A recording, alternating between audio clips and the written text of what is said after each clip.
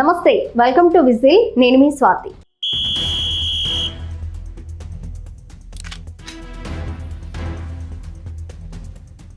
అయోమయంలో ఐటీ ఉద్యోగులు, అమెరికాలో అసలేం జరుగుతుంది అనే అంశంపై మాకు అత్యంత ఆప్తులు సీనియర్ జర్నలిస్ట్ దాసరి కృష్ణమోహన్ గారు అమెరికా నుండి ఆంధ్రజ్యోతి ఎడిట్ పేజ్ కోసం రాసిన వ్యాసం విజిల్ ప్రేక్షకులకు ప్రత్యేకం.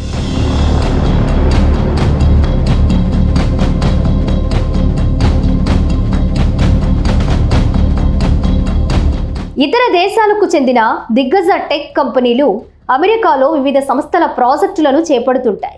ఆ కంపెనీల ప్రణాళికలను బట్టి నియామకాలు, ఇతర దేశాలకు చెందిన దిగ్గజ టెక్ కంపెనీలు అమెరికాలో వివిధ సంస్థల ప్రాజెక్టులను చేపడుతుంటాయి. ఆ కంపెనీల ప్రణాళికలను బట్టి నియామకాలు, తొలగింపులు చేపడతాయి. అప్పటిదాకా ఆ ప్రాజెక్టుల్లో ఉండే అమెరికా పౌరులు కూడా కొన్ని సందర్భాల్లో ఉద్యోగాలు కోల్పోవడం జరుగుతూ ఉంటుంది. అమెరికాలోని ఐటీ రంగం మీద విదేశీ టెక్ కంపెనీల గుత్తాధిపత్యం దరిమిలా అమెరికన్ యువత అవకాశాలు కోల్పోతూ ఉండడం ట్రంప్నకు ఆగ్రహం కలిగించినట్లు ప్రచారం అవుతోంది.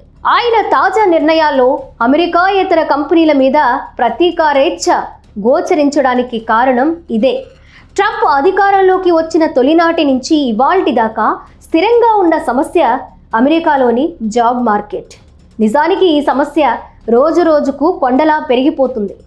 సాధారణంగా జాబ్ మార్కెట్ అంటే కొత్త వారికి దక్కే ఉద్యోగ అవకాశాల గురించేనని అనుకుంటా. కానీ ఇప్పుడు అమెరికాలో సీనియర్లకు కూడా ప్రమాద ఘంటికలు మోగుతున్నాయి. వారి మెడపై కూడా కత్తి వేలాడుతోంది. పెద్ద కంపెనీలు ఎంతో కాలంగా సంస్థల్లోనే కొనసాగుతున్న కీలక స్థానాలకు చేరుకున్న ఉద్యోగులను కూడా నిర్దాక్షిణ్యంగా తొలగిస్తున్నాయి.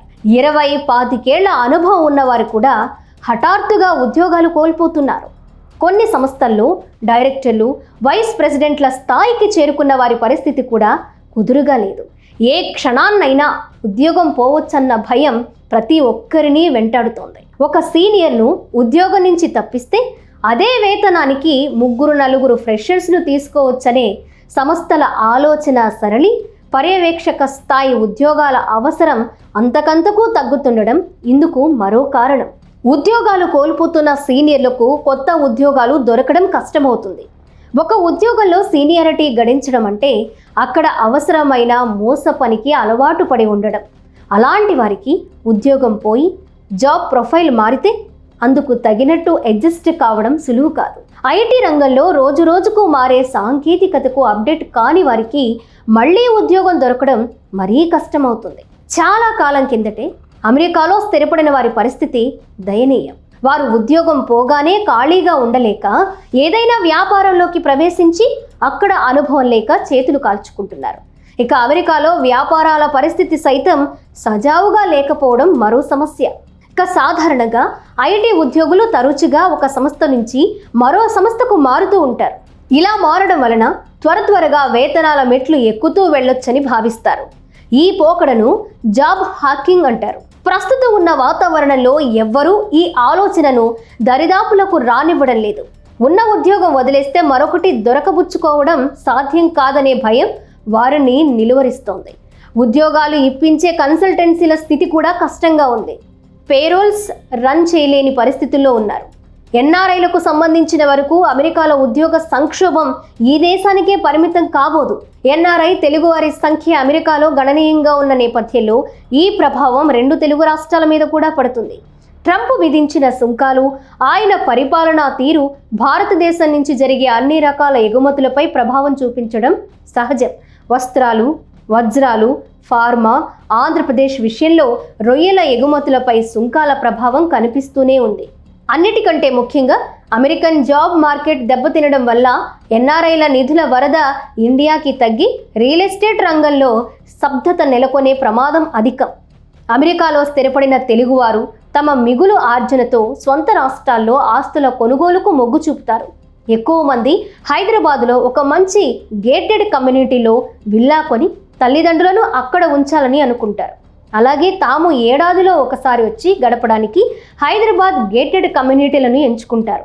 ఆ మాటకొస్తే ఎన్ఆర్ఐ కొనుగోలుదారుల్ని లక్ష్యంగా పెట్టుకునే వెలిసిన వెంచర్లు హైదరాబాద్ శివార్లలో అనేకం.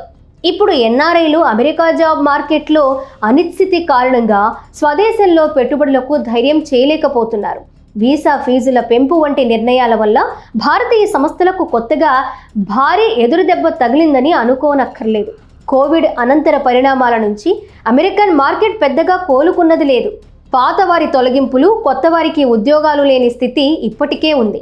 అయితే ఇప్పటి వరకు పెద్ద కంపెనీలు తమకు ప్రాజెక్టులు వచ్చినప్పుడు అప్పటికప్పుడు ఉద్యోగాల వెతుకులాట అవసరం లేకుండా ముందుగానే H1B వీసాలు ప్రాసెస్ చేయించి సిద్ధంగా ఉంచుకునేవి.